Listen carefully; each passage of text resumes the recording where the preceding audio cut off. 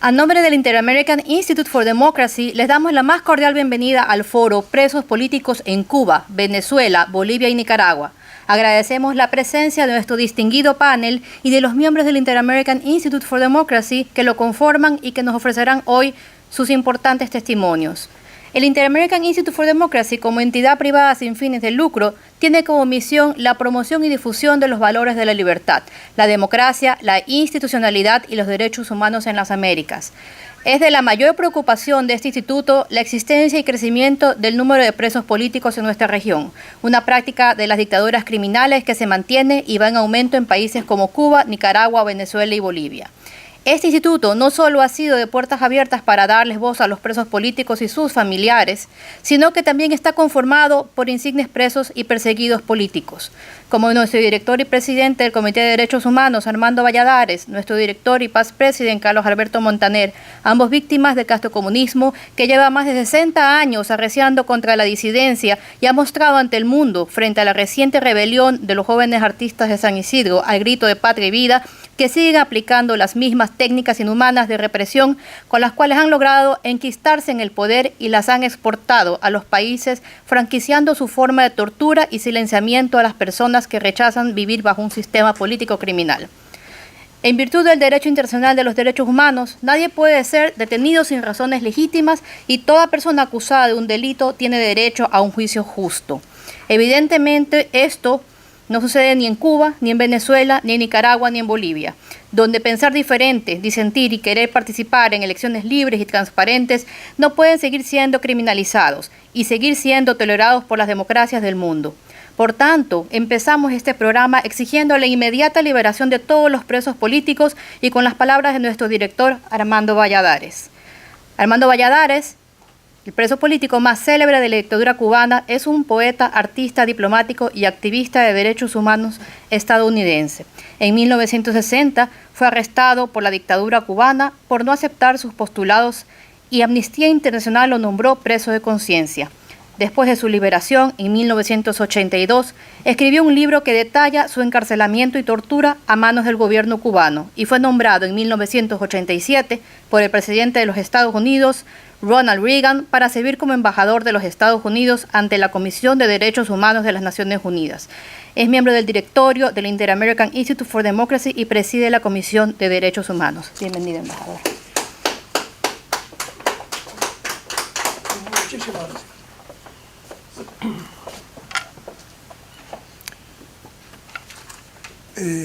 Buenas tardes a todos. Quiero dedicar esta intervención y este evento a los presos políticos de Bolivia, Venezuela, Nicaragua y Cuba. Como dice nuestro director Carlos Sánchez Berzaín, cuando un país tiene exiliados y presos políticos, es una dictadura. En eso no hay duda. El tema de derechos humanos ha sido posiblemente mi dedicación más importante en el aspecto político o ideológico, porque desde que estaba en la cárcel estuve denunciando la situación de los presos políticos en Cuba. Claro, en esos años Cuba era el único país del continente que tenía presos políticos. Y precisamente por el mantenimiento de esa dictadura es que hay hoy presos políticos en estos países de América Latina que he mencionado. Los derechos humanos, hace muchísimos años, muchos, posiblemente antes de que yo fuera arrestado, era un tema casi exótico en muchos países. Hoy es bien difícil encontrarse, por ejemplo, una empresa en un país libre donde no tenga un departamento o alguien que se ocupa de los derechos humanos. Desafortunadamente, la Comisión de los Derechos Humanos de la ONU no es un organismo imparcial, absolutamente para nada. Cuando tenemos informaciones de que un ser humano está siendo maltratado, torturado y sus derechos son violados, debe haber un rechazo inmediato a eso que está sucediendo, de inmediato, sin ninguna otra consideración. Sin embargo, en la Comisión de los Derechos Humanos de la ONU, cuando se presentan casos de otros seres humanos que están siendo torturados, antes de rechazar de plano ese procedimiento, que es lo que debía hacerse, primero los países analizan e investigan la ideología de las víctimas y la ideología del victimario. Y solo entonces hay un pronunciamiento. Solo entonces algunos países denuncian esas violaciones, otros de manera totalmente cobarde se abstienen y otros justifican esos crímenes y esas torturas. Eso es lo que ha estado pasando con Cuba hace 62 años. Eso es lo que está pasando con los presos políticos en Venezuela, en Nicaragua y en Bolivia.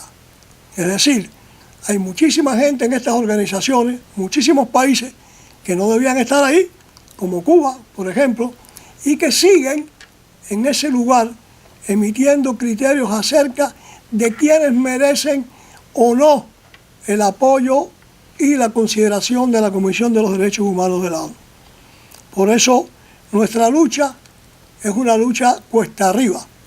Por eso la defensa de los derechos humanos es de verdad una especie de dedicación y que hay que llevarla muy hondo en el corazón y tener la experiencia que tenemos, no solamente los que hemos estado en la cárcel, sino los que han sufrido la violación de esos derechos, aunque en este momento puedan estar fuera de la cárcel pequeña.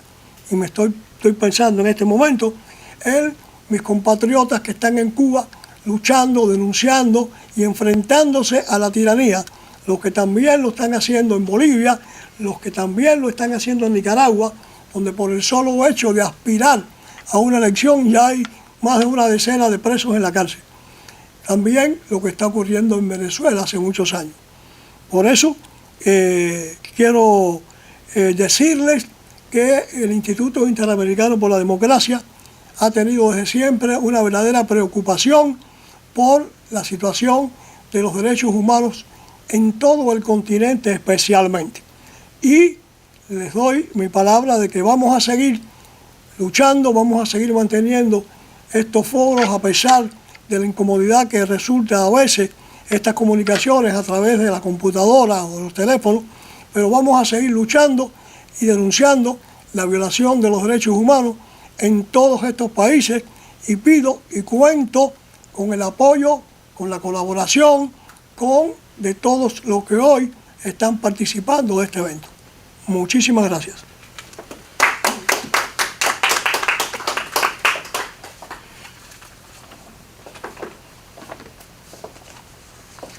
Muchísimas gracias a nuestro director e embajador Armando Valladares. Ahora vamos a dar paso a la intervención desde Cuba de Marta Beatriz Roque. Ella es licenciada en Economía de la Universidad de La Habana, donde ejerció la docencia y en 1989 se sumó a la oposición y fundó el Instituto Cubano de Economistas Independientes. Luego formó parte del grupo de trabajo de la disidencia interna que fue llevada a prisión por escribir La patria es de todos. En el 2003 volvió a prisión como parte del Grupo 75. Organizó la Asamblea para promover la sociedad civil. Hoy mantiene la Red Cubana de Comunicadores Comunitarios. Bienvenida, Marta Roque. Gracias. Un placer estar en este foro, compartir con Armando Valladares, una persona a la que admiro y que considero una persona que ha estado sufriendo lo mismo que hemos sufrido todos los presos políticos aquí en Cuba. La situación en Cuba en estos momentos es tan difícil con los presos políticos que no los podemos contar. Hasta antes del 11 de julio, pues teníamos una lista, teníamos a los presos ubicados en distintas prisiones, etc. Después que se produjo el activismo del 11 de julio, pues se ha abierto totalmente la posibilidad de contar a los presos políticos. ¿Por qué? Porque sencillamente han sido tantos los que han llevado a prisiones y las posibilidades de tener contacto con los familiares de estos presos se hace bastante difícil.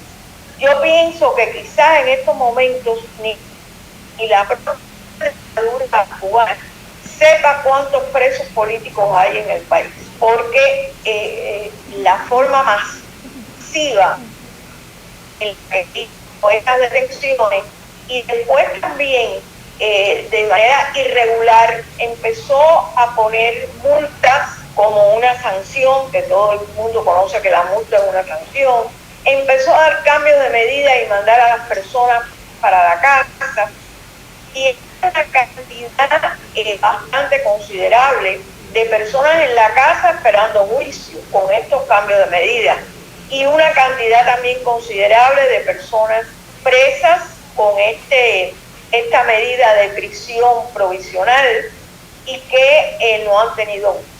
También hay otra cantidad que tuvo ya los juicios y que fueron sancionados a privación de libertad en muchísimos casos, y que en un solo caso que nosotros conozcamos, la persona que hizo la apelación, pues le revocaron lo que le habían sancionado, que era privación de libertad, y lo pusieron en prisión domiciliaria. Más ningún caso que ese nosotros conocemos de alguien dentro de esta numerosa cantidad de personas. No conocemos a más nadie que haya sido admitido su apelación. Hay una cantidad de listas que se han hecho de presos, pero el instituto que yo dirijo lo que quiere hacer para poder mostrar estas listas es tocar con la mano cada uno de los presos. Y hemos estado haciendo cortes parciales en los que ya vamos por 400 presos, o sea, 400 personas que fueron detenidas ese día. Estamos haciendo cortes parciales para poder llevar una cifra que sea veraz y que además haya sido tocada con la mano. Perdón. En estos momentos hay algunos presos que tienen serias dificultades. No solo me refiero a los disidentes, porque ya aquellos que no eran disidentes y que fueron detenidos por causa del 11 de julio se convierten indiscutiblemente en presos políticos. Me refiero a algunos en particular que están pasando por momentos difíciles. Yo pondría en primer lugar a Félix Navarro. Félix Navarro es un disidente, presidente del partido Pedro Luis Boitel, de un pequeño pueblo que se llama Perico, en Colón, Matanzas. Él en estos momentos está en huelga de hambre porque considera injusto que esté preso, ya que él no participó en ningún momento en estas actividades, sino que fue a la estación de policía para preguntar por los miembros de su organización que habían sido detenidos. Un minuto. Entonces él se encuentra en el Combinado del Sur, en Matanzas, está en huelga de hambre, una persona de 68 años de edad, que además de eso es diabético, y de su plan normal que tenía para la diabetes le han cambiado a insulina porque él estuvo con el COVID y está también en el hospital. Pienso que si hay un preso emblemático en estos momentos para nosotros es Félix, al igual que el caso de José Daniel Ferrer, que tiene un minuto, doña Marta. Físicamente no se sabe dónde está. Entonces, yo aprovecho este foro para que se tome en consideración la situación de todos los presos políticos en Cuba, pero además de eso, que esta consideración vaya acompañada de la imagen de Félix Navarro Rodríguez y de José Daniel Ferrer, porque ambos miembros del grupo de los 75 y con altas prisiones ya sufridas, pues se encuentran en situaciones muy difíciles dentro de diferentes prisiones en las que están.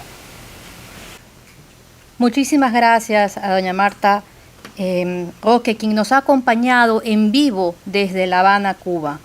A continuación, damos la bienvenida a Julio Enríquez, quien es el coordinador legal internacional de la ONG Foro Penal, quien representa a presos políticos venezolanos ante las organizaciones internacionales.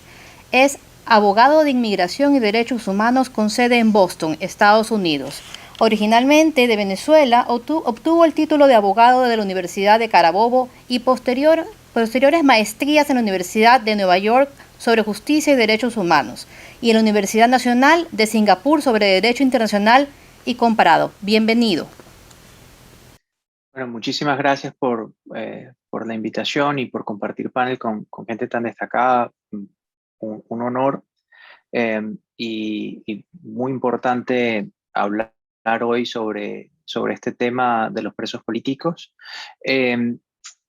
Yo quiero hablar sobre no solamente la data que nosotros tenemos, sino qué es lo que nos da esa data, cómo nosotros interpretamos esos números. Y una cosa que decía la señora Marta con relación a la situación tan compleja que hay en Cuba, de que es imposible obtener data, de que no saben realmente cuántos presos políticos hay hoy en día. Ese es realmente uno de los principales objetivos de los regímenes autoritarios que están allí, es hacer completamente imposible el trabajo de las organizaciones, de los defensores de derechos humanos, de los defensores de los presos políticos, ¿no? Y en Venezuela estamos peleando con las uñas para obtener esta data, y quiero compartir un poco de esa información que tenemos con relación a Venezuela. Actualmente, hoy, según cifras del Foro Penal que están certificadas por la Organización de Estados Americanos, hay 264 presos políticos, de los cuales 249 son hombres, y hay 15 mujeres. Hay un adolescente, y esto, hay otra cosa importante para entender, que más de la mitad de estos presos son militares. 134 de estos 264 son militares, 130 son civiles. Hay algo que yo creo que es importante entender con relación a estos presos políticos, y por ejemplo está acá la hermana del capitán de la Sota, del coronel de la Sota, perdón, que se refiere al número de presos políticos que hay en general constantemente en Venezuela. Y hay una cifra que me gustaría mostrar.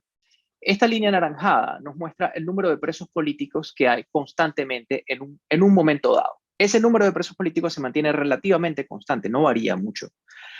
Sin embargo, con cierta frecuencia vemos situaciones en las cuales vemos números grandes de liberaciones y cuestiones con fanfarria que se hacen con relación a ciertas grandes liberaciones.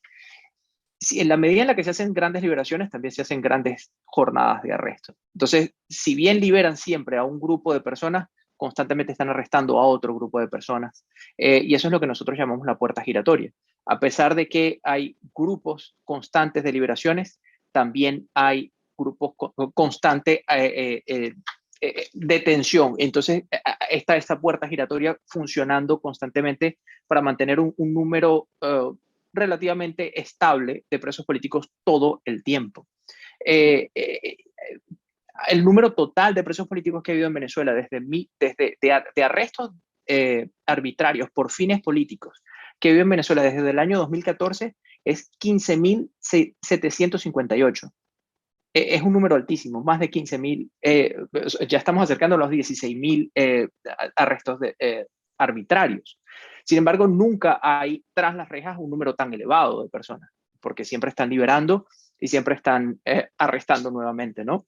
Y es importante entender esta dinámica para darnos cuenta que los arrestos arbitrarios, los presos políticos, no son una reacción de rabia, una reacción sin planeamiento por parte de estos regímenes. Esto es algo bastante planificado, bastante estudiado, y tiene un objetivo. Nosotros, como organizaciones, también tenemos nuestros objetivos. Y por supuesto, uno de los objetivos centrales es detener los arrestos arbitrarios, detener estas violaciones a derechos humanos, o acercarnos a la justicia, que las personas que cometieron estos delitos, que son crímenes de lesa humanidad, paguen esos delitos que han cometido. Y por supuesto dejar memoria histórica, que nos acordemos siempre de qué fue lo que pasó, que esto también nos va a ayudar a que no se repita. Pero estos objetivos que nosotros tenemos están en contraste con los objetivos que tienen los represores, que tienen estos regímenes en Venezuela, en Nicaragua, en Cuba, en Bolivia. Estos regímenes tienen su objetivo de mantenerse en el poder y utilizan a los presos políticos como herramienta para lograrlo. Quiero hablar un poco de estos objetivos y cómo esto nos trae a ejemplos específicos.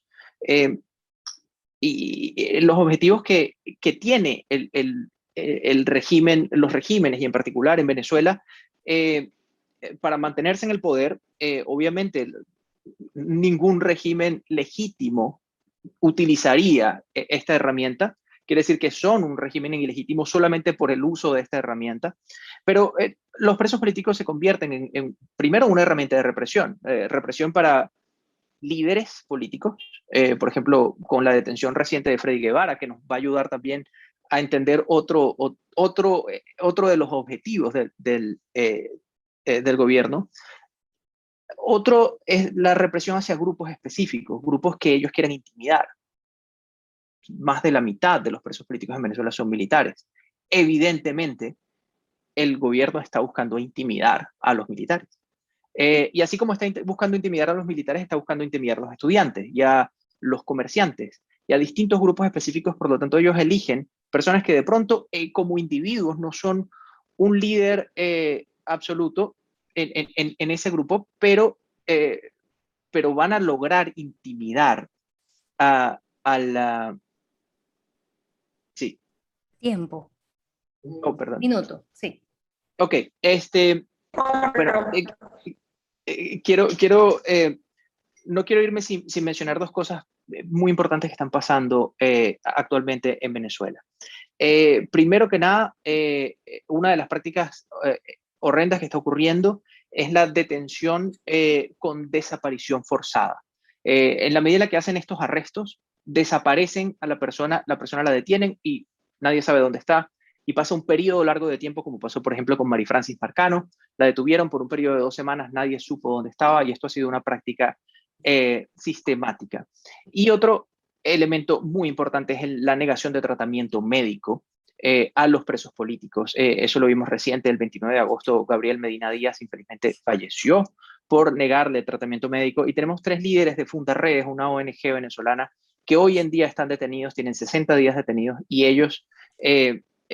tienen una situación médica muy delicada y no están recibiendo el tratamiento que requieren.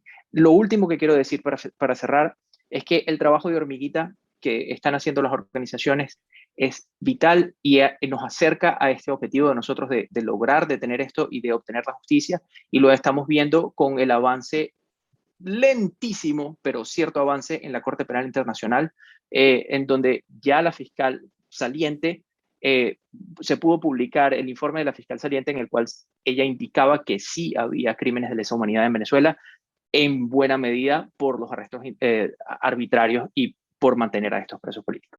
Ya, por favor, vamos a pasar a la siguiente participante y volvemos luego con Amparo Carvajal. Vamos a pasar a Vicky Cárdenas.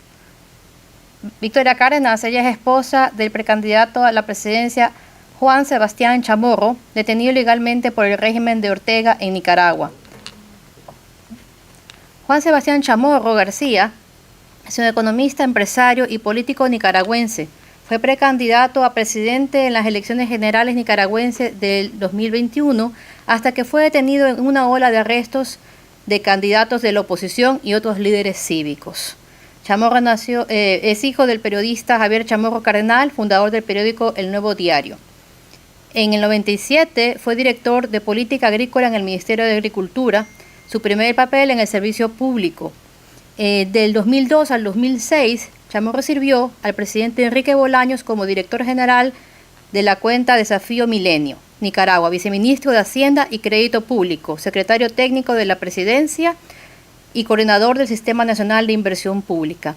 Chamorro es director ejecutivo del think tank económico FUNIDES y representó al sector empresarial en el Diálogo Nacional del 2018 como líder de la Alianza Cívica por la Justicia y la Democracia, opositora a la dictadura de Daniel Ortega. Chamorro ha pedido reformas electorales antes de las elecciones y hoy nos acompaña su esposa. Buenas tardes a todos. Muchas gracias por este espacio y por la oportunidad de compartir con ustedes mi historia. Me llamo Victoria Cárdenas y soy la esposa de Juan Sebastián Chamorro, un economista de carrera y político de pasión. Mi esposo siempre ha soñado con una Nicaragua democrática, con respeto a los derechos humanos, prosperidad, paz y justicia para todos. Por eso anunció su candidatura para la presidencia de Nicaragua hace 8 meses. Pero como ya saben, el régimen de Daniel Ortega ha perpetrado una ola de represión contra toda la oposición de mi país. Mi vida cambió completamente la noche del 8 de junio de este año. Mi esposo fue citado para una entrevista a la Fiscalía el 9 de junio, el día siguiente, pero esa noche, antes de su entrevista planificada, 8 patrullas llegaron a nuestra casa en horas de la noche y más de 40 agentes armados de la policía escalaron el muro. Mi marido estaba de rodillas con sus manos levantadas, cooperando y pidiendo a la policía no hacerme daño. La policía lo detuvo violentamente y lo desaparecieron. Allanaron mi casa por 4 horas y se llevaron lo que quisieron. Por 79 días estuvo detenido bajo investigación sin cualquier cargo formal. En un comunicado de prensa, el Ministerio Público de Nicaragua anunció que el 25 de agosto se presentaron cargos en su contra de él y otros por ser presuntos autores del delito de conspiración para cometer menoscabo a la integridad nacional, un perjuicio de la sociedad nicaragüense y el Estado de Nicaragua. El comunicado de prensa también indica que una audiencia preliminar se llevó a cabo el 26 de agosto y que la autoridad judicial admitió la acusación para las personas imputadas. También se decretó que los imputados seguirán siendo detenidos como medida cautelar. Este miércoles 31 de agosto, después de 84 días desaparecido, el régimen permitió una visita a Juan con un familiar. Antes de esta visita, no sabíamos absolutamente nada de él después de su arresto el 8 de junio. Pudimos confirmar que Juan está vivo. Mientras indicó que no ha sido golpeado ni maltratado físicamente, sí ha sufrido tortura psicológica. Por ejemplo, las luces brillantes de su celda permanecen encendidas las 24 horas del día. Ha sido sometido a intensos interrogatorios diarios que normalmente han durado al menos 1 hora, sin acompañamiento de su abogado. Y ha bajado 25 libras desde su detención por una alimentación inadecuada, lo cual es muy preocupante. Juan está vivo, pero las circunstancias de su detención siguen siendo violatorias de sus derechos más básicos. Hemos identificado varias violaciones graves del debido proceso en su caso. Fue detenido sin orden de arresto y también allanaron nuestra casa sin orden judicial. Fue desaparecido por 84 días y estaba bajo custodia en un lugar desconocido sin ningún fundamento legal. Por 84 días no supimos si estaba vivo. Fue detenido sin poder acceder de inmediato a su abogado y todavía no ha tenido acceso a su defensa. Si bien pudo ver a un familiar ayer, no tuvimos acceso a él durante los 3 meses pasados. Fue llevado ante un juez en audiencia secreta y no recibió una audiencia pública y justa. El juez no fue ni independiente ni imparcial. Simplemente cumplieron con las órdenes del régimen. Fue presunto culpable y no inocente, como exige la ley, al ser prácticamente condenado a 90 días de cárcel, a pesar de no haber sido condenado por ningún delito. La vicepresidenta Murillo también se refirió a todos los líderes opositores detenidos como terroristas y criminales, lo que constituye una injerencia ilegal en sus casos porque ejerce presión sobre el Poder Judicial para condenarlos. Al ser detenido y desaparecido extralegalmente, fue sometido a tratos o penas crueles, inhumanos y degradantes, que a lo largo del tiempo constituyen tortura cuanto más persista. Y como aprendimos ayer, está siendo sometido a tortura psicológica también. Está siendo sometido a detención arbitraria porque de hecho no hay base legal para que se encuentre detenido. Sus derechos de debido proceso siguen en peligro. Se anticipa que Juan estará en una audiencia preliminar sobre los cargos de menoscabo a la integridad nacional y conspiración el día de mañana, 3 de septiembre. Pero en una violación extraordinaria adicional de sus derechos al debido proceso, hemos sido informados que esta será una audiencia a puerta cerrada que se llevará a cabo no en un tribunal de justicia, sino en la prisión del Chipote. Ahora que estoy fuera de Nicaragua, sigo denunciando la situación de mi esposo y haciendo un llamado a la comunidad internacional para exigir la liberación de Juan y el resto de los más de 150 presos políticos. Por mis denuncias, Daniel Ortega me ha acusado de traidor a la patria, misma acusación que tiene a mi esposo detenido ilegalmente. Daniel Ortega no solo se ha negado a cumplir con las medidas provisionales de la Corte Interamericana de Derechos Humanos, sino que sigue apuntando a más y más personas inocentes cada día. Me dirijo a ustedes como esposo y como madre. Mi único objetivo es reunirme con mi esposo, quien sigue detenido de una manera arbitraria. Temo por su vida, su salud física y emocional. Insto a la comunidad internacional a usar todos los mecanismos a su disposición para exigir al régimen la liberación de Juan y todos los presos políticos en Nicaragua y respete sus obligaciones bajo el derecho internacional de derechos humanos. En lo personal, no puedo descansar hasta que esta libertad sea concretada. Muchas gracias. Muchísimas gracias a Victoria Cárdenas. Vamos a pasar a la siguiente participante y vamos a posponer la participación de Amparo Carvajal para un siguiente foro. Vamos a dar la bienvenida a Carola Briceño Peña. Ella es periodista egresada de la Universidad Central de Venezuela, diplomada en Gobernabilidad, Gerencia Política y Gestión Pública por la George Washington University, con más de 20 años de carrera. Es coeditora y directora de estrategias en el Latam Post. Bienvenida, Carola.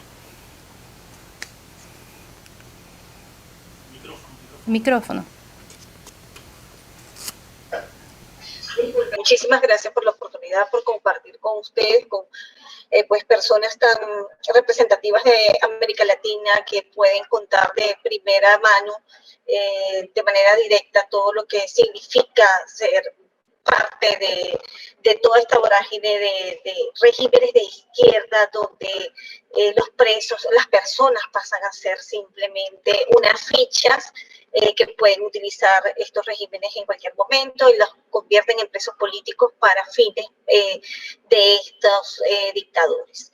Es dramática toda nuestra situación. Yo les iba a hablar de Venezuela, fundamentalmente quería reseñar un proyecto que nosotros hemos estado adelantando en el medio de Latam Post. Hemos estado desarrollando en base al periodismo de datos, justamente por los problemas y por la importancia que hay de levantar la data. Y digo los problemas porque es a veces imposible para muchas organizaciones de derechos humanos conseguir todos los detalles para tener en una lista todos los casos. Siempre hay casos que se pasan, siempre hay casos que quedan fuera de la lista, siempre hay alguna familia que tiene mucho temor y prefiere que no le incluyan, que no se hable de su familiar preso político. Y por eso es que comento que termina siendo un problema, porque estos presos políticos o estas listas que quizás no se tienen como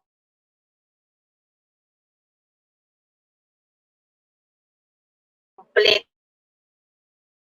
que pasan a ser un número en lugar de entenderse que son personas con historias y que hay toda una familia detrás, toda una familia también que vive todo un proceso difícil y pasan prácticamente a estar también encarcelados.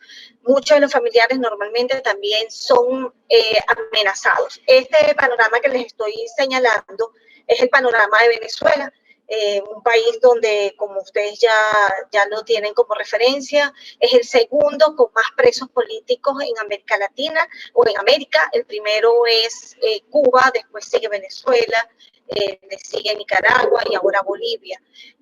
Bastante complejo. Si puedo compartir pantalla, ustedes me certifican si puedo compartir la pantalla para mostrarles la herramienta que hemos estado tratando de desarrollar para mostrar la información, para tratar de que las distintas organizaciones trabajando en los derechos de los presos políticos puedan compartir su data y mostrar allí y visibilizar, que el ciudadano pueda acercarse y ver quiénes son los presos políticos, dónde están, en qué cárcel se encuentran, cómo son las condiciones en esa cárcel, quiénes han sido los jueces y los fiscales que han estado involucrados.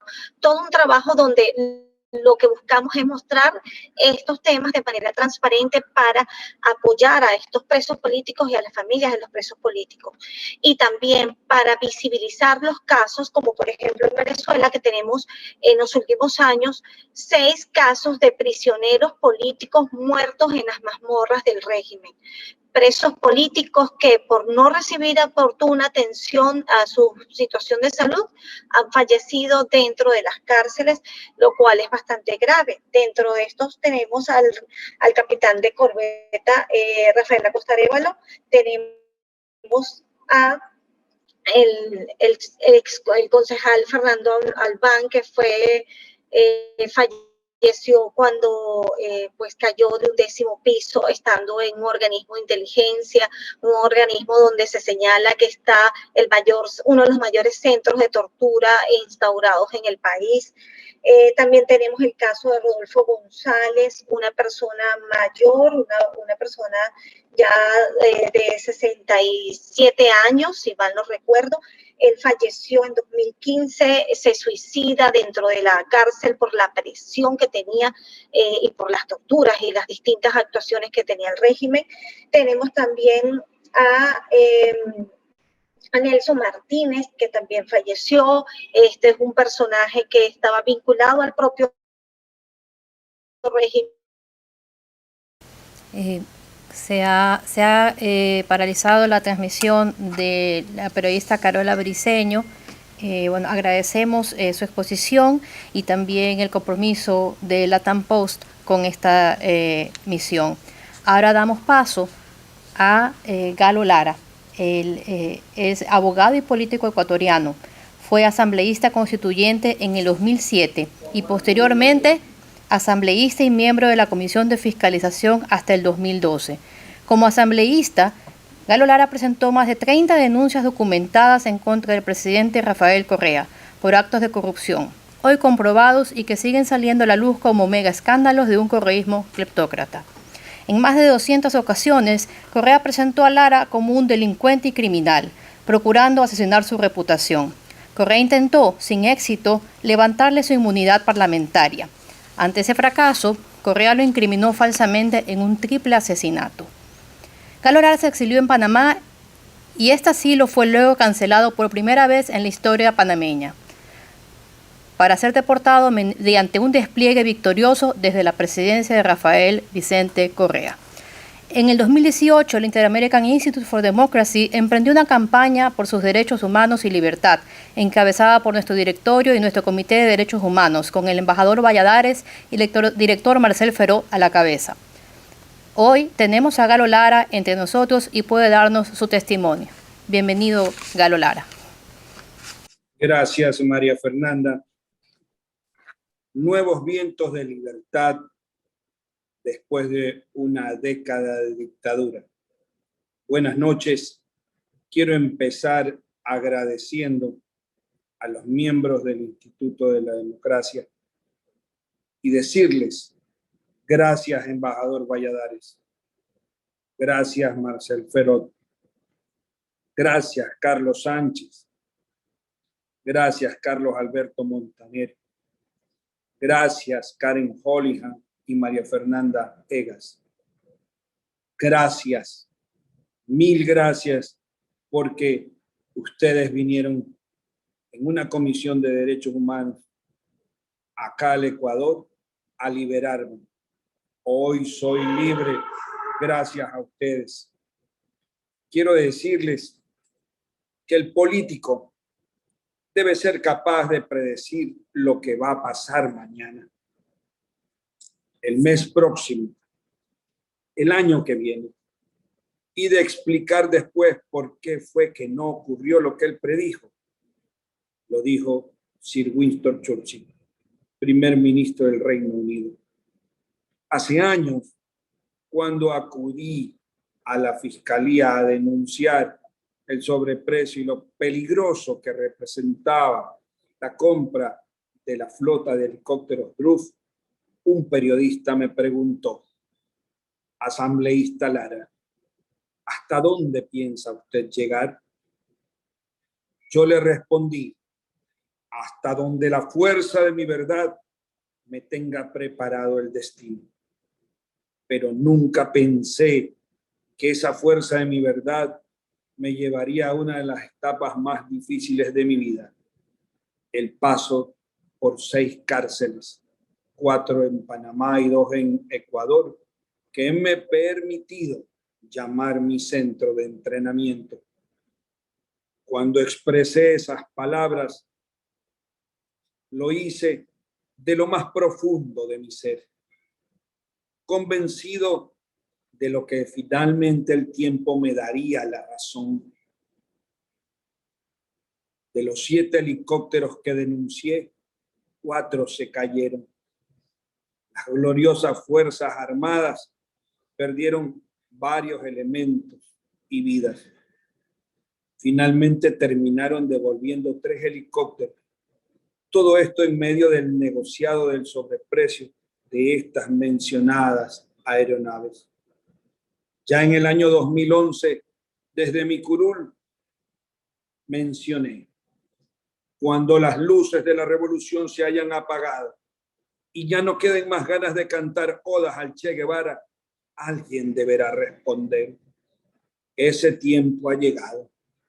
Y no lo digo por mí, ni por lo que yo pasé, ni por lo que le hicieron pasar a una mujer que fue utilizada como rehén de la sucia política y de la manipulación de justicia de ese entonces para silenciarme.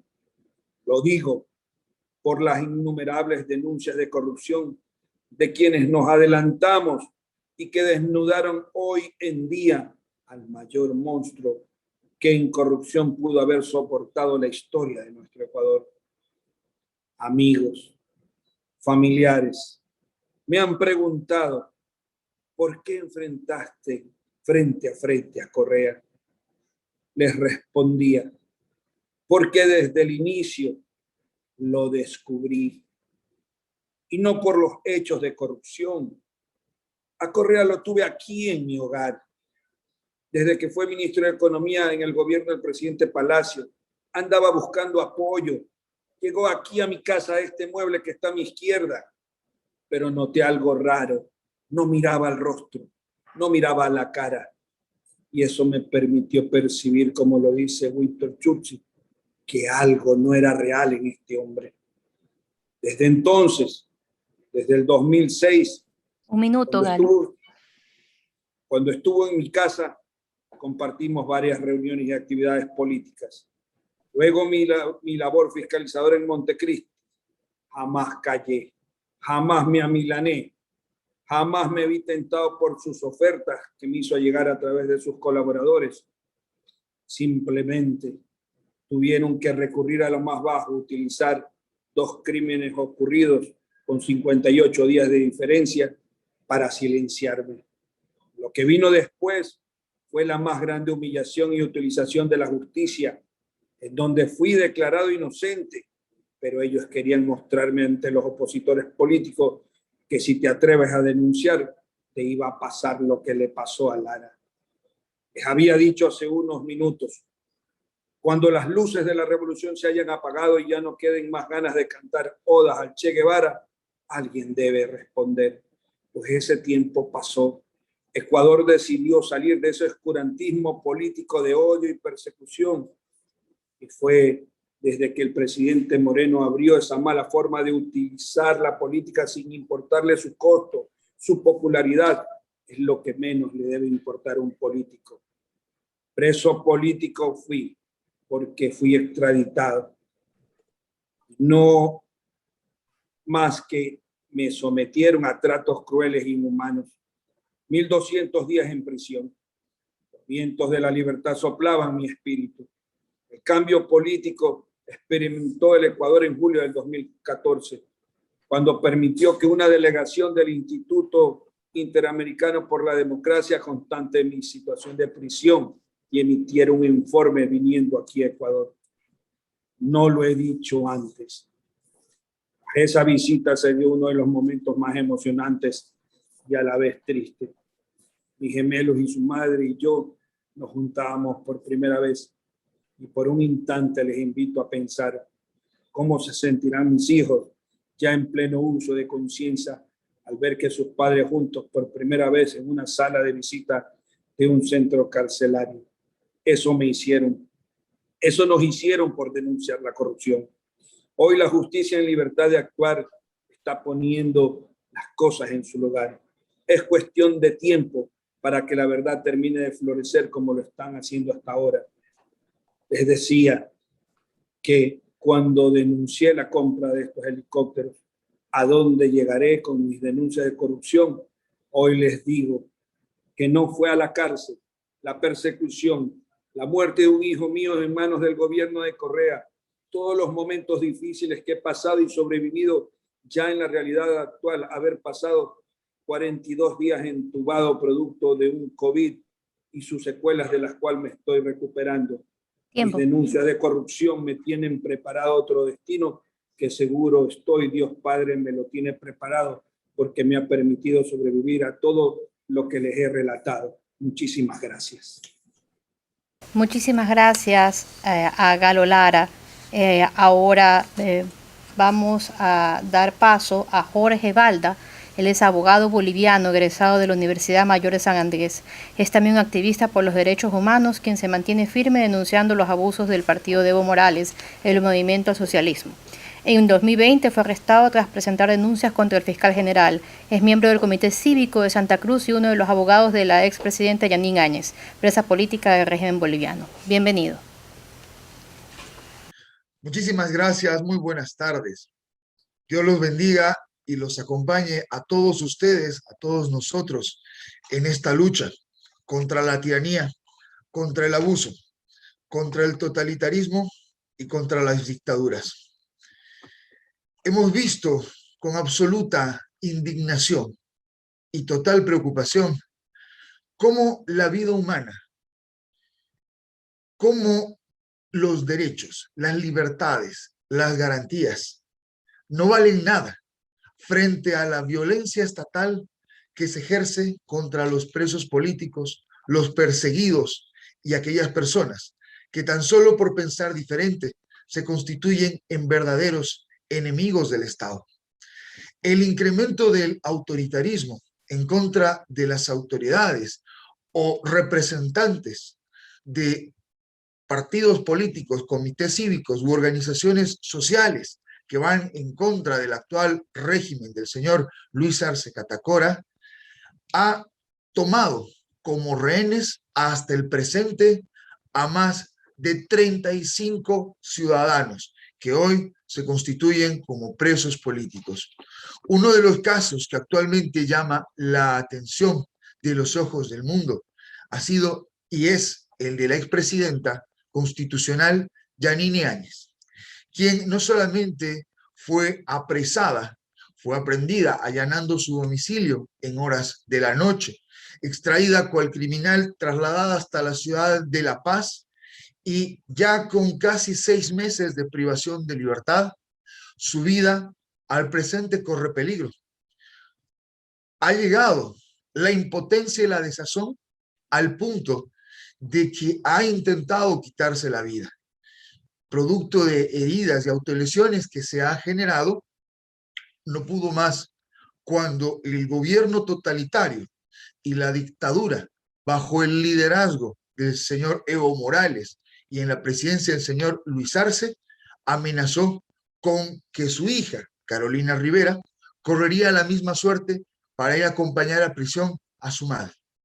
Dicha amenaza, que constituye lógicamente violencia psicológica y una tortura total y absolutamente inaceptable, llevaron a una conducta extrema, a un pedido de auxilio y socorro que lógicamente representa la inseguridad y la indefensión en la cual estamos todos los bolivianos. No existe respeto a los derechos humanos, no existe legalidad, mucho menos independencia de poderes y producto de elecciones amañadas, no respetando la libertad de organización política, en Bolivia se ha fortalecido una dictadura, pero que a más de tener rehenes, tener presos, perseguidos y exiliados, ocurre al presente una situación que voy a denunciar internacionalmente en este foro. Hemos constatado que el señor Juan Evo Morales Ayma, expresidente y el actual terrorista boliviano más peligroso de Latinoamérica, ha conformado una agrupación que se denomina el Estado Mayor del Pueblo para el Pueblo. Ello involucra no solamente la creación de un grupo revolucionario confrontacionista, armado, solventado por el narcotráfico, con el objetivo de forzar a Bolivia hacia el fallido sistema socialista comunitario. A título de defender la institucionalidad democrática ante intentos de desestabilización de la derecha, tal cual los llama, ordena la movilización permanente, haciendo un llamado beligerante de violencia, de resentimiento y odio en contra de quienes estarían reclamando por el respeto a los derechos humanos.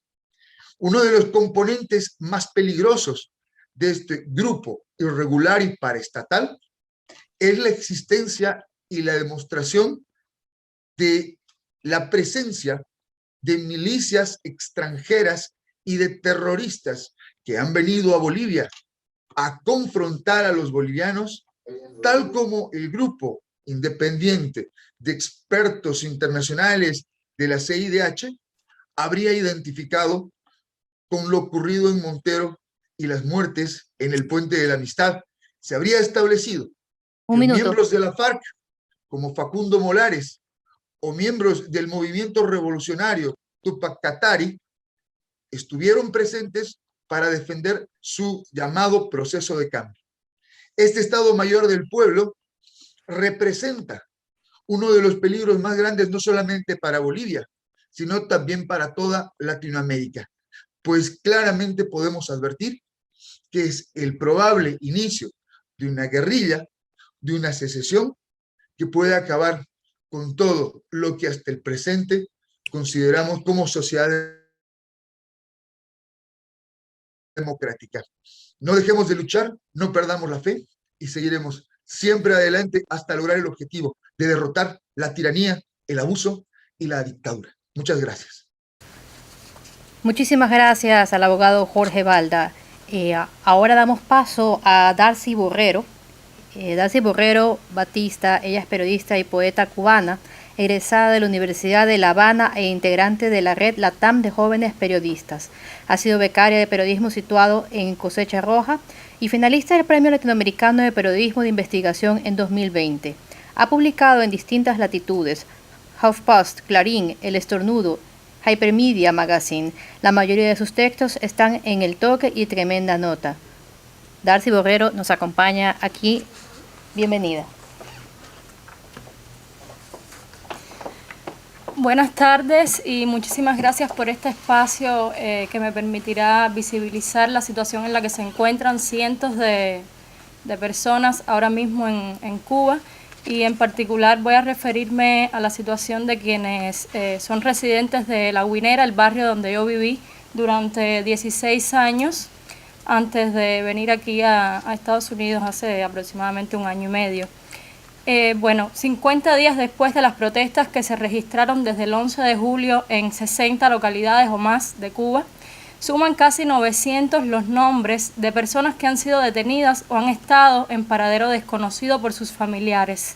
De esos 900 casos, más de la mitad ya han podido ser verificados. Estamos hablando de 514 casos verificados por un grupo de colaboradoras independientes que, por iniciativa ciudadana, nos hemos unido para visibilizar estos casos e irles poniendo rostro y nombre a cada una de esas personas y casos que nos van llegando. Algunos de ellos han sido excarcelados con multa o fianza, otros continúan en prisión preventiva. Y bueno, cada uno de los nombres que aparecen en el listado ha sido proporcionado por familiares, amigos o conocidos, tanto en el espacio físico como en el virtual, donde desde el día 11 de julio, durante la noche, fue creado el grupo Desaparecidos SOS Cuba. Al principio, en medio del caos que desencadenó la respuesta represiva a las protestas, el grupo permitió a familiares de detenidos canalizar sus denuncias. Poco a poco la lista empezó a crecer y a cada nombre se le fue poniendo rostro, como decía. Los números, si de algo dan cuenta, es de familias sin sosiego desde la hora en que el grito ciudadano de libertad, comida y medicamentos fue ahogado con un llamado al combate porque, según el presidente Díaz-Canel, las calles de la isla son para los revolucionarios. Voy ahora a referirme brevemente a las cifras generales que hemos podido conciliar en este grupo creado por Iniciativa Ciudadana. Bueno, en nuestro listado, 412 personas siguen reportadas en detención y de ellas hemos verificado 231.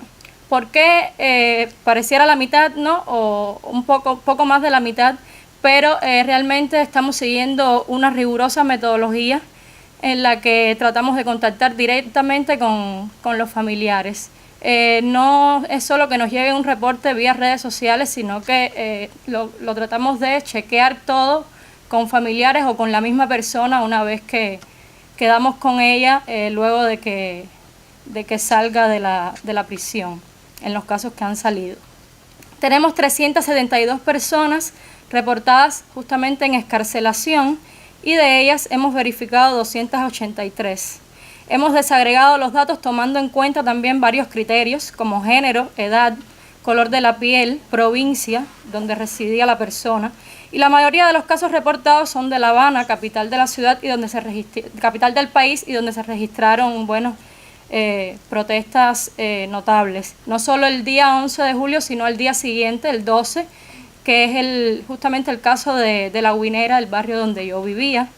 Y en este barrio hemos constatado 22 casos.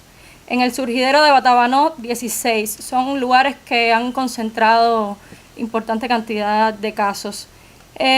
Y como ven, se trata de localidades donde han sido abundantes, y en particular quiero referirme, como decía, a La Guinera, porque es el barrio donde yo vivía. Y entonces conozco a varias personas detenidas. Conocí a Diubis Laurencio Tejeda, no por su nombre, pero lo conocí por su rostro en el barrio, y es el único muerto que oficialmente reconocen las autoridades en Cuba en el contexto de las protestas. También, sobre él escribí desde el día 13 de julio, cuando una nota escueta, una nota oficial del Ministerio del Interior, mencionaba su nombre asociado a antecedentes penales que realmente no tenían sustento, no se daba evidencia alguna de ello y ni siquiera se exponía su rostro. Entonces, gracias a un levantamiento que hicimos en redes sociales, dimos con su rostro, y fue cuando yo pude casar el nombre con el rostro, y dije, precisamente yo lo conocí en el barrio. Luego pudimos visibilizar esa irreparable pérdida para su madre y para el barrio en general y para el país. Luego supe de la detención de los 3 hijos de Teresa Rodríguez y Emilio Román. Teresa Rodríguez es mi vecina, amiga, igual que su hija Magyanis, alias Mamoti, quien está detenida en la prisión del Guatao desde el pasado. Bueno, fue detenida, fueron a buscarla a su casa desde el día 14 de julio. Primero pasó por Cien y Aldabó y luego la trasladaron a la prisión del Guatao. Asimismo, el mismo día que detienen a Magyanis, se llevan igual a sus hermanos Josney y Emilio Slan. Este último es un caso al que estamos prestando especial atención porque se trata de un menor de edad que cumplió los 18 años en la prisión también. Otros casos se salen del ámbito de La Guinera, pero igualmente han sido historias devastadoras de zozobra para todas esas familias que están siendo víctimas de violencia también psicológica, porque realmente ni siquiera muchas veces se atreven a expresar lo que están sintiendo y padeciendo por temor a represalias del gobierno.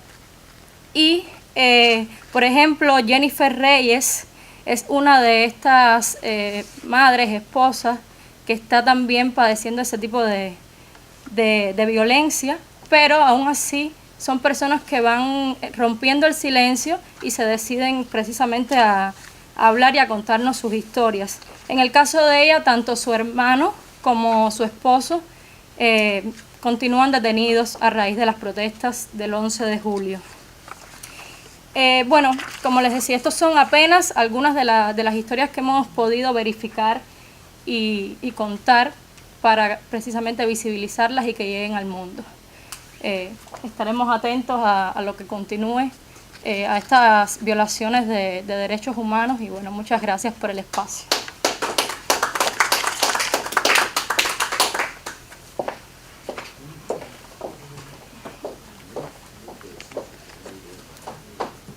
Muchísimas gracias a Darcy Borrero. Ahora damos paso a Guadalupe Cárdenas. Ella es activista política boliviana, fue representante de las esposas de los policías, detenida en el 2012. En el 2014, el Tribunal Supremo Electoral, a órdenes de Evo Morales, impidió su participación política. En el 2015, tras subir videos críticos contra Evo Morales en su página de Facebook, Guadalupe Cárdenas fue detenida por instigación pública para delinquir y sedición. Estuvo casi 2 años detenida sin sentencia y en 2017 fue condenada a 2 años de prisión. Bienvenida, Guadalupe Cárdenas. Muchísimas gracias, María Fernanda. Agradecer a Inter-American Institute por escucharnos. Yo voy a hablar esta vez sobre el tema de los policías y los militares. Quiero recordar que el 2019, cuando Evo Morales hizo su megafraude, fue descubierto, y es cuando el pueblo sale, millones y millones de bolivianos salimos a las calles a reclamar el voto y a defender la democracia, que lamentablemente este señor no quiso renunciar a su cargo o salir como lo pedía el pueblo boliviano. Sacaron sus hordas masistas, sus guerrillas masistas, milicias armadas, totalmente armadas, que estaban masacrando al pueblo. El pueblo pedía a su policía: únete, no nos masacres, porque el pueblo estaba siendo masacrado por los policías y por las hordas masistas totalmente armadas. Ahí es cuando la policía boliviana se repliega a sus unidades para poder apoyar a su pueblo boliviano.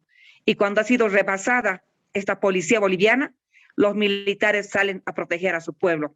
Y hoy, nuestros héroes de la democracia, nuestros señores militares, que tenemos 13 generales y almirantes de las Fuerzas Armadas hoy en la cárcel por los delitos de sedición, asesinato, instigación y sedición, están en las cárceles cuando ellos tienen un tribunal militar que no les han tomado en cuenta y los han demandado por la justicia ordinaria.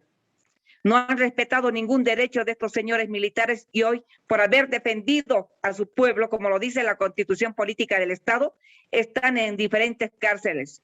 Hoy, 2 de septiembre, los han sacado de las cárceles para poder hacerlos declarar a la fuerza, para que ellos se tengan que anunciar que son verdaderamente culpables de la supuesta matanza que ha habido en Sencata y en Huayllani. También tenemos 26 policías procesados y por la ley 101 de la policía boliviana. Lo más grave de todo esto es que los van a dar de baja de la policía boliviana y los están mandando ya al Ministerio Público para que sean procesados y enviados a la cárcel, como lo hicieron con los señores militares. Tenemos 5 policías que están en este momento en las cárceles de toda Bolivia por haber sido los ayudantes, los estafetas de los ministros del anterior gobierno de Áñez. No han respetado que ellos solamente reciben órdenes y que todo lo que hicieron es por órdenes de los ministros, en la cual no había ningún delito. Tenemos policías que han sido dados de baja porque el 2019 ellos se unieron a su pueblo, luego que Evo Morales ordenara masacrar, ordenara asesinar a su propia gente. Y yo lo digo con causa de conocimiento conocimiento, a mí nadie me lo ha contado porque lo he visto yo en persona. Evo Morales mandó a masacrar a su propia gente para culpar a militares y policías. Y ahora estos policías están siendo perseguidos como corresponde, como ellos dicen. Por eso que estoy haciendo estas denuncias. Han tocado la ley orgánica de la policía boliviana y eso es lo más grave que puede existir. Ya no estamos viviendo en un estado de derecho, estamos viviendo en un estado de persecución, en un estado de terrorismo. Es por eso que le pido que esta ley orgánica ha sido manoseada por el actual gobierno. ¿Para qué? Como lo hicieron en Venezuela, en Cuba. Lo hicieron para poder masacrar a nuestro pueblo boliviano. Un minuto. Como nunca en la historia, la policía boliviana ha sido tomada por el gobierno. Ahora un civil, el ministro de gobierno, va a ser quien va a manejar, va a operar, va a tener que ser el brazo operador para masacrar al pueblo boliviano. Eso es lo que están haciendo en este momento, lamentablemente, este gobierno. Necesito que todos los países, y agradecer a esta institución de derechos humanos, de que nuestra voz como bolivianos sea escuchado. Los policías y militares estamos pidiendo el apoyo, porque lo único que han hecho es cumplir con su deber, como dice la Constitución Política del Estado, de resguardar la integridad de su pueblo y no de estar sometido a un partido político. Muchas gracias.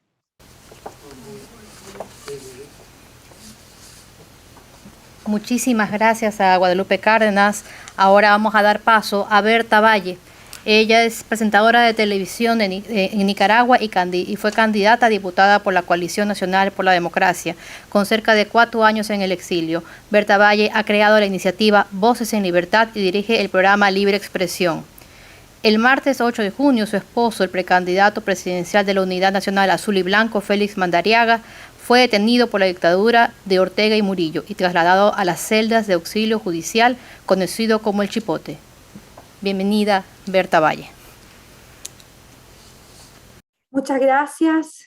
Gracias al Inter-American Institute for Democracy, a cada uno de los panelistas por compartir sus experiencias y las condiciones de los presos políticos en cada uno de sus países.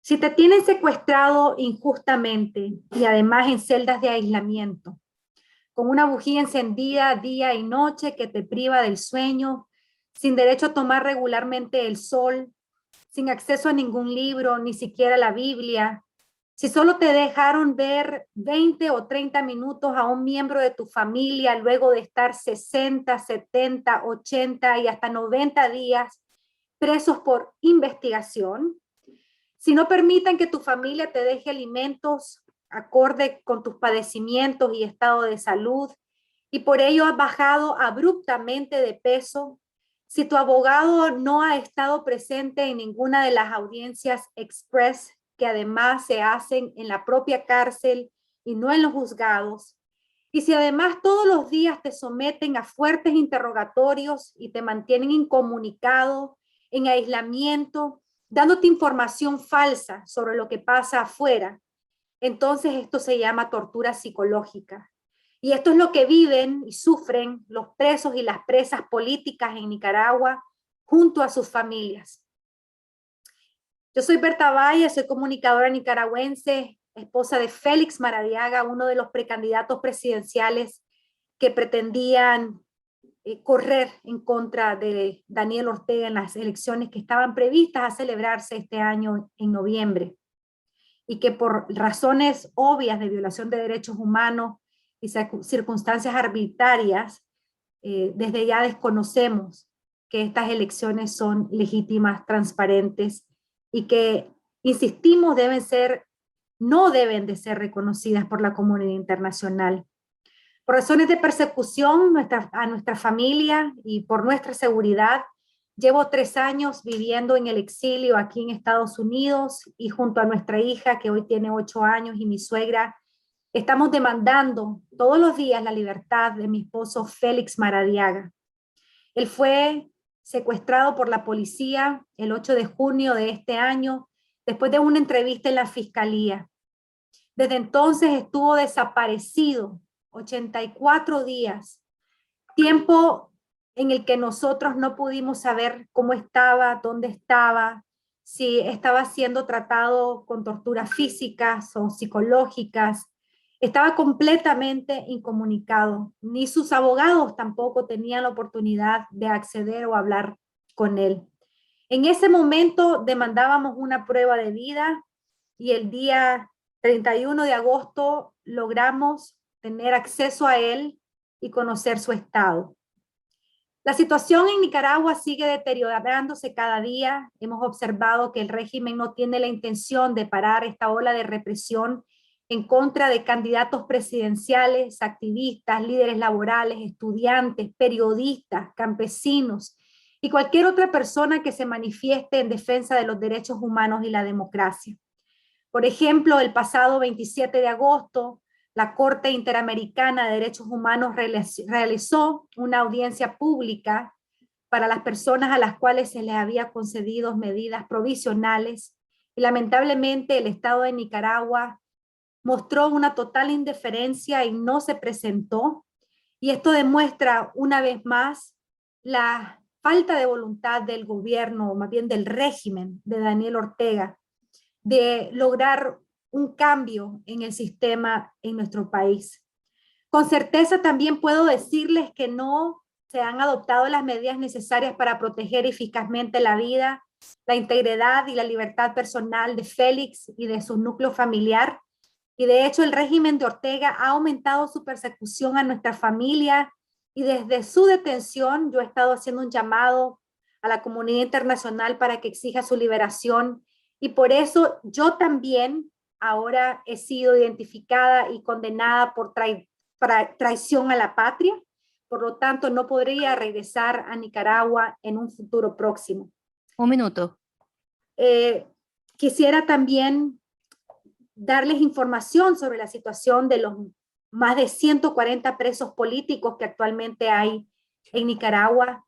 Decirles que de estos más de 140 personas, 99 ya han sido condenadas, 17 han sido sentenciadas a más de 10 años de prisión. Algunos excarcelados han sido recapturados y juzgados 2 veces por el mismo delito, así como en Venezuela aplican la técnica de la puerta giratoria, donde capturan, apresan por un tiempo, liberan y vuelven a capturar. Y es por eso que organismos internacionales han registrado a más de 1.200 personas desde el 2018 que han sido promovidas y juzgadas por motivos políticos. El preso político que lleva más tiempo es Marvin Vargas, con más de 9.000 días de haber sido privado de su libertad. 10 son mujeres, 3 de las cuales tienen más de 65 años.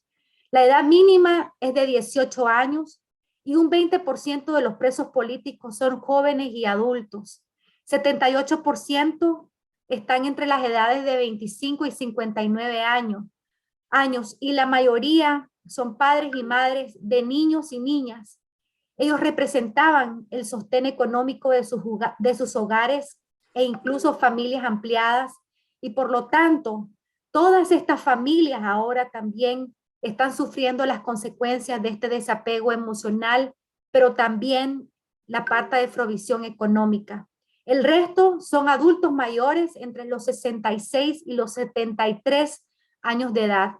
Y hemos visto que las condiciones de las cárceles no cumplen con ninguna medida médica, no han prestado las condiciones para la prevención del COVID-19. Los presos políticos difícilmente tienen acceso a atención médica y muchos de ellos tienen condiciones preexistentes como hipertensión, han estado expuestos a infecciones por hongos, diabetes, gastritis, dolores musculares, fiebre, incluso han estado en situaciones de gravedad y no han sido atendidos correctamente. Tiempo. Así que agradezco este espacio para hablar de nuestra situación y recordar siempre y hacer un llamado de no olvidar a los presos políticos en nuestro hemisferio. Muchísimas gracias a Berta Valle por su intervención. Ahora damos paso a Eva Sara Landau. Ella es exiliada política de la dictadura de Evo Morales por más de 12 años y 9 meses. Ella es parte de la lista de aprehensión del 2008 con orden de detención. Es presidente del Global Human Rights, ha sido representante en Bolivia en la coalición de líderes latinoamericanos de Miami, Florida, y miembro de America's Democracy Watch en Florida. Se desempeña también como activista y consultora política y en derechos humanos, y es representante para Dark Horse Political en español. Bienvenida, Eva Sara. Muchísimas gracias. Estoy ya con el micrófono abierto. Pues bien, muy buenas noches a todos los expositores del foro de hoy, presos políticos en Cuba, Venezuela, Bolivia y Nicaragua. Un saludo muy afectuoso al embajador don Armando Valladares, expreso político de la dictadura castrista por más de 20 años. Siempre para usted mi alta estima y respeto. Presidente don Tomás Regalado, un gusto verlo nuevamente a pesar de la distancia. Los foros del Inter-American Institute for Democracy permiten que yo a través de sus monitores pueda saludarlo. Y como siempre, una vez más agradecida por la invitación que me hace el doctor Carlos Sánchez Berzaín a este espacio que es sumamente importante para poder identificar las crisis de nuestros países y así buscar las estrategias de avance a la recuperación de la democracia. Un saludo, Mafer, un beso muy grande para ti. Bueno, como hemos podido escuchar hasta ahora en las diferentes exposiciones y conociendo la realidad de las dictaduras del mundo presentes y de la historia, nos damos cuenta que tienen la misma característica, la mayoría con un partido único, ausencia de oposición en otros, ausencia de elecciones libres en todas, y por supuesto en todos no puede faltar la privación de libertades individuales o colectivas, violando así derechos fundamentales que tenemos los seres humanos. Cuando uno hace una revisión de las causas de apresamiento que sufren opositores en estos 4 países, podemos ver que las razones son las mismas, o la razón, según la justicia, tienen un patrón. Operan como una perfecta organización criminal sincronizada y con un plan de persecución que cumplen de manera idéntica, casi idéntico.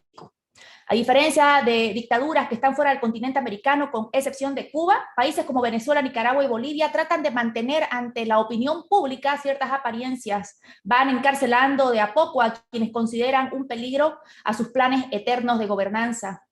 Aunque los números de presos políticos son bastante altos, nunca sabremos cuántas víctimas son en realidad. Podemos estar cerca de lo correcto como también muy distantes de ello. Lo digo esto basado en el seguimiento que hago sobre los presos políticos. Por ejemplo, en Nicaragua y Cuba, las autoridades limitan la información a las organizaciones para recopilar datos. Lo que se puede conseguir es a través de las redes sociales, medios de comunicación o denuncias públicas de los familiares. No obstante, los números que se presentan de manera certificada son en Cuba, como han venido exponiendo, más de 274 por Prisoner Defenders, en Venezuela 264 por el Foro Penal, en Nicaragua más de 140, como acaba de comunicarnos la señora que me antecedió. En Bolivia tenía 37 hasta el día de hoy, que acabo de escuchar al señor Guadalupe Cárdenas, ha aumentado 2 analistas, dando un número de 39, y eso está certificado por Global Human Rights League. En estos 4 países las dictaduras actúan sin piedad, hostigando y amenazando a los familiares de los presos, acallan sus voces, los maltratan física, emocional y hasta económicamente. Llegan al punto en su incansable persecución que muchos familiares se ven obligados a buscar asilo político y los abogados también se ven obligados de dejar sin defensa a sus víctimas. En el caso de Cuba, los presos políticos ni siquiera cuentan con defensa. Los abogados dependen económica y jerárquicamente del Estado y no del defendido o cliente. Si hacemos una comparación de los supuestos delitos que han cometido los presos políticos de las dictaduras, lo que vemos es que se repiten las acusaciones. Supuestamente son parte de crímenes organizados, homicidios, terrorismo, destrucción o entorpecimiento de servicios públicos, posesión de armas. Al mismo tiempo se repite en que los acusados y detenidos son activistas, líderes de oposición, líderes de opinión, precandidatos a las presidencias, líderes de movimientos opositores, defensores de los derechos humanos. A quienes pueden recuperar su libertad no pasa mucho tiempo en verlos nuevamente presos por nuevos delitos como robo agravado, tráfico de estupefacientes y todo lo que les sirva a ellos para poder mostrarlos ante la opinión pública como reos comunes y no como presos políticos cuando son ellos mismos los que fabrican y falsifican las pruebas. A estos presos, ya sea dentro de la cárcel, centro de detenciones o centros penitenciarios, o a los que se les haya dado casa por cárcel o encarcelamiento domiciliar, no se les aceptan las pruebas, testigos y documentos que ellos mismos piden en el proceso de liberarlos. Los presos de las dictaduras se presentan ante la injusticia prácticamente indefendibles. Algo en lo que también coinciden estas dictaduras en cuanto a los presos políticos son las restricciones a las visitas por sus familiares o abogados. Ninguno tiene acusaciones que puedan sustentarse o probarse y todos están bajo investigación. Los criminalizan por acciones que no responden a la naturaleza de los delitos graves de los que se les acusa. El periodo de investigación de 48 horas resulta que ahora los han reformado y permiten detener a personas por 90 días, o sea, 2.160 horas, violentando gravemente sus derechos humanos. Estas dictaduras, para ejercer presión y conseguir que no sigan las denuncias de violaciones a los derechos humanos, también persiguen a los familiares y abogados, acusándolos, hostigándolos, amenazándolos, cancelando incluso personerías jurídicas de organizaciones por los derechos humanos e incluso les confiscan sus oficinas. Los presos políticos sufren de malos tratos como parte del castigo, la atención médica es limitada, no hay o no les permiten recibir medicinas de afuera, muchas veces no tienen acceso a agua potable, tampoco pueden estar en lugares donde puedan recibir sol y respirar aire puro, y los hacen a muchos de ellos dormir en el suelo. A quienes consideran enemigos personales los torturan sin piedad y hasta los suicidan. Si no estoy nombrando a ningún preso político por su nombre hoy día es porque no quiero ser injusta y quiero ser respetuosa. Cada preso político sufre su propio calvario. Cada preso político tiene una personalidad diferente. Algunos son fuertes y resisten mejor las torturas a los que son sometidos, pero no por eso sufren menos. Algunos presos políticos, por la posición política o social de liderazgo que tienen o tenían, los presentamos como símbolos de la represión y persecución de las dictaduras. Y eso es lo que son. En esos rostros se ven todos los presos políticos y a todos ellos se les viola sus derechos. Todos tienen los mismos, o por lo menos así debería ser. Pero hay algo que no podemos olvidar de todos ellos. Injustamente se les ha prohibido exactamente lo mismo, la libertad. Gracias. Muchísimas gracias a Eva Sara Landau por su intervención. Ahora damos paso a Molly de la Sota. Ella es peruana-venezolana, licenciada en Ciencias Políticas con máster en Planificación Estratégica, fundadora y presidenta de la ONG Familiares de Presos Políticos Militares en Venezuela, organización sin fines de lucro, radicada en los Estados Unidos, colaboradora del Instituto Casla desde febrero del 2019, hermana del capitán de navío Luis Humberto de la Sota Quiroga, detenido arbitrariamente y torturado por el régimen de Nicolás Maduro desde el 18 de mayo de 2018. Bienvenida, Molly de la Sota. Buenas noches, muchísimas gracias por este espacio tan necesario para las víctimas y las familias de las víctimas de crímenes de lesa humanidad. Soy hermana del preso político militar, capitán de navío Luis de la Sota, que permanece detenido sin juicio desde hace 3 años y 3 meses en manos de sus torturadores. Está bajo la custodia de la Dirección de Contrainteligencia Militar de siglas DGCIN. Mi hermano es el caso número 13 de los 48 presentados en el informe de la Misión Independiente sobre la Determinación de los Hechos sobre Venezuela en las Naciones Unidas en septiembre del 2020. En su caso, como el de los 38 militares mencionados en el informe, se identificaron patrones de violaciones de derechos humanos, como la detención arbitraria, desaparición forzada de corto plazo, torturas y tratos crueles. La misión solicitó su liberación, sin embargo, a 1 año del informe, siguen detenidos en manos de sus custodios que fueron denunciados sin debido proceso y sin la protección de las Naciones Unidas.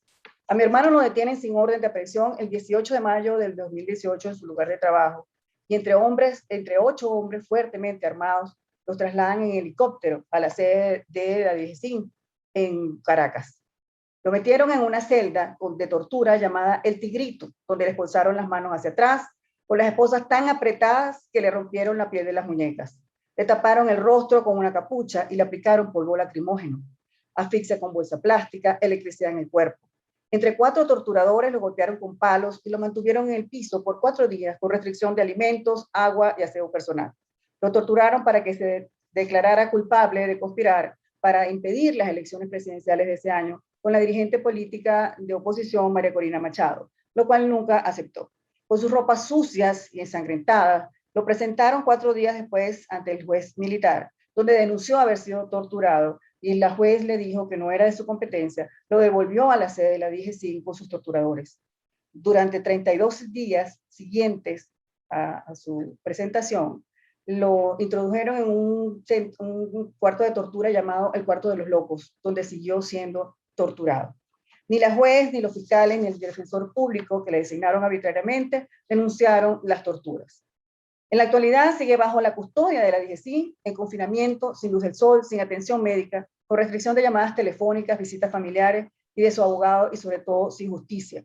En Venezuela hay más de 250 presos políticos, de los cuales nuestra organización ha registrado 124 militares por delitos como instigación a la rebelión, contra el decoro militar, algunos con traición a la patria y hasta terrorismo.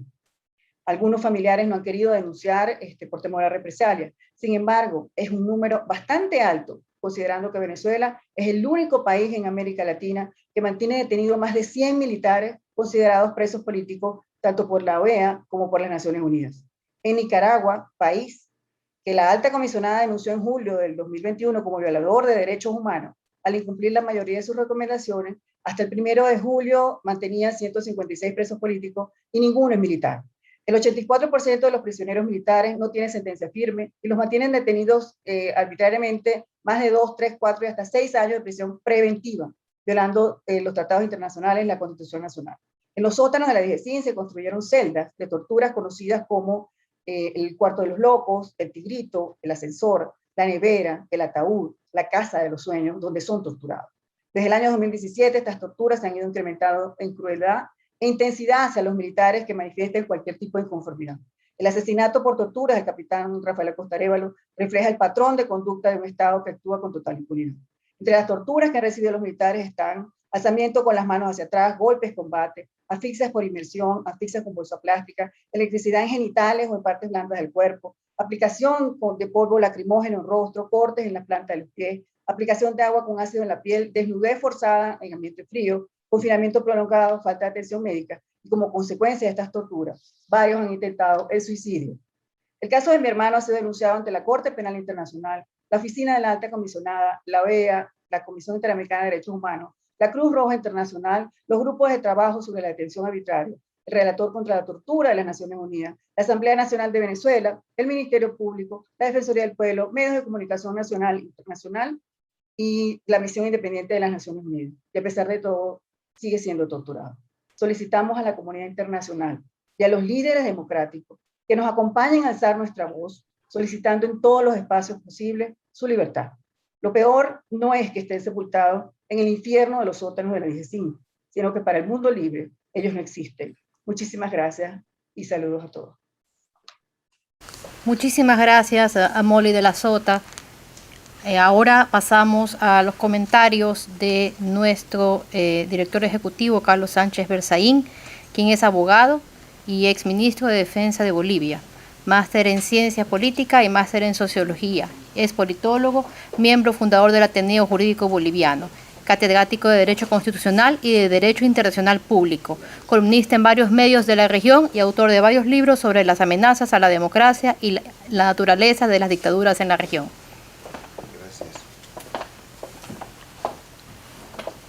Muchas gracias. Por encargo de nuestro presidente Tomás Regalado, que acaba de retirarse para su programa de televisión, voy a cumplir la tarea de ofrecer los comentarios y las conclusiones de este foro. Empezar agradeciendo a los expositores por la valentía y la objetividad en la denuncia de hechos concretos que demuestran que en Cuba, Venezuela, Bolivia y Nicaragua hay presos políticos, hay tortura a los presos políticos y que estos presos políticos necesitan ayuda en el sentido de que su situación sea permanentemente denunciada hasta que cese. En este sentido yo quiero recoger los elementos, las notas características que se han descrito en este foro. El primero es que no hay dictadura sin presos políticos, que cuando hay un preso político ya ese sistema es dictatorial, y que en el siglo XXI esta situación se ha institucionalizado a partir de la expansión y la repetición de la metodología castrista del siglo XX, aplicada en el siglo XXI bajo el sistema de la judicialización de la persecución política. Desde que llegaron al control del poder en Cuba, lo que hizo Fidel Castro, el Che Guevara, el castrismo, fue formar tribunales que procesaban rápidamente, fusilaban, encarcelaban, sometían a la gente a través de procedimientos que, lejos de ser legales, eran verdaderos linchamientos. Pues han institucionalizado esa metodología en las Américas y se aplica en Venezuela, en Bolivia y en Nicaragua, y se aplica utilizando los sistemas de justicia para acusar a las víctimas de delitos que nunca han cometido, de delitos que han sido cometidos por los acusadores, o para falsificar elementos con los cuales tratan de convertirlos en reos comunes, criminalizarlos, simplemente para anularlos en su actividad de defensa de la libertad, del liderazgo regional o liderazgo nacional, pero al propio tiempo para sembrar aquel elemento también fundamental de los regímenes dictatoriales que se llama el miedo, el terror, para utilizar a los presos políticos como la vacuna para que el resto de los opositores, el resto de los periodistas, el resto de los líderes cívicos, para que los ciudadanos no se atrevan a presentar legítimas pretensiones de libertad, de democracia frente al régimen. Por eso, en las dictaduras, y este es otro de los elementos de conclusión, se ve el reemplazo del Estado de Derecho por el miedo, por el estado del terrorismo, porque lo que ejecutan los regímenes de Cuba, Venezuela, Bolivia y Nicaragua es terrorismo de Estado.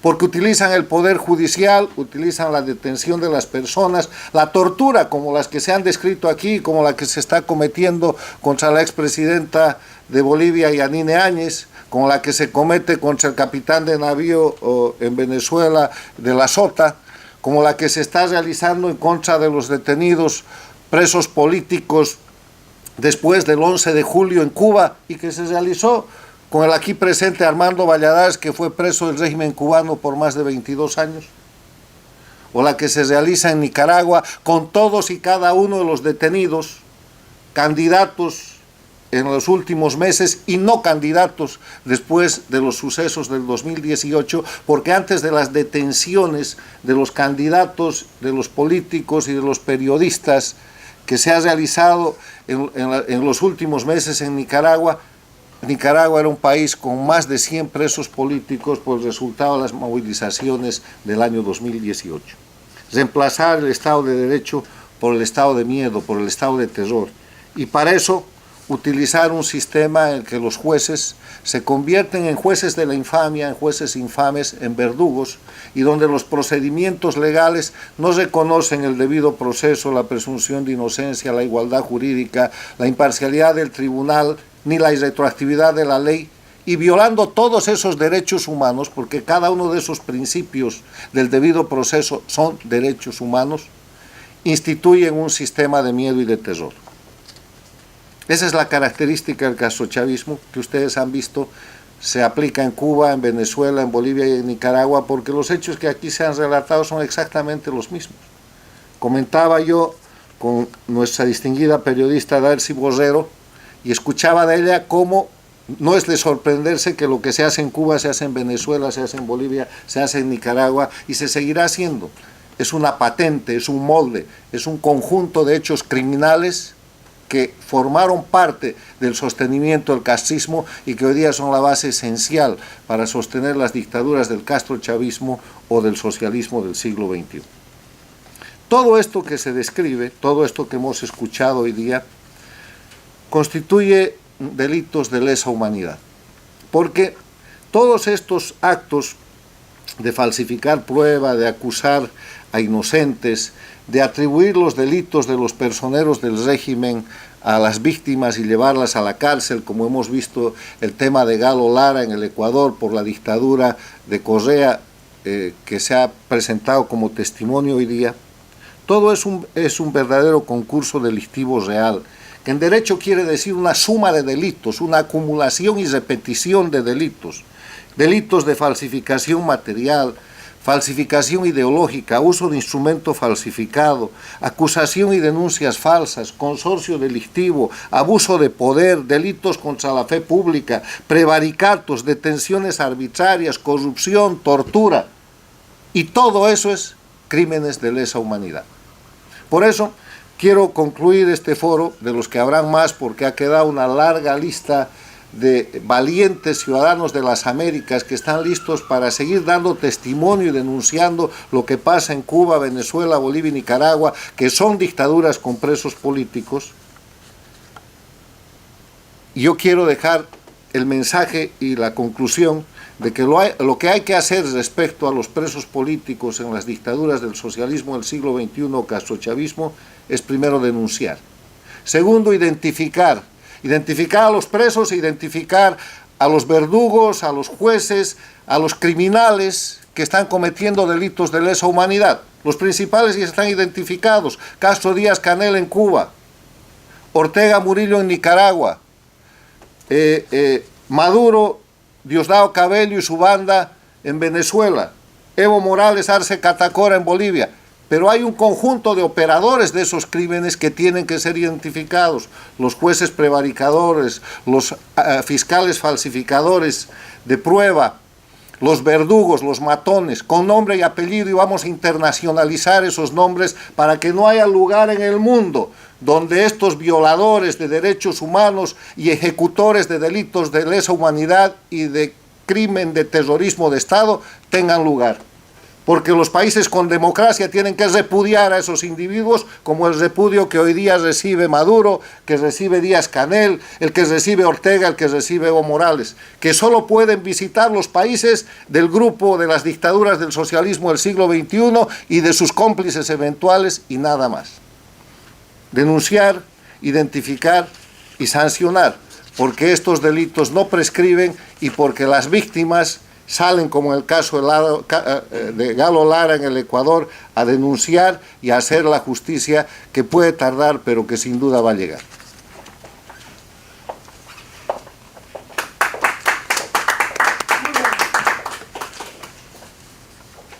Agradecemos la intervención de nuestro director, Carlos Sánchez Berzaín. Muchas gracias a nuestro valiente panel y a la audiencia que nos acompaña. Y con esto damos por terminado este foro. Los invitamos a los próximos foros del Inter-American Institute for Democracy y a que nos sigan en nuestras redes sociales, donde quedan a disposición estas exposiciones. Muy buenas noches.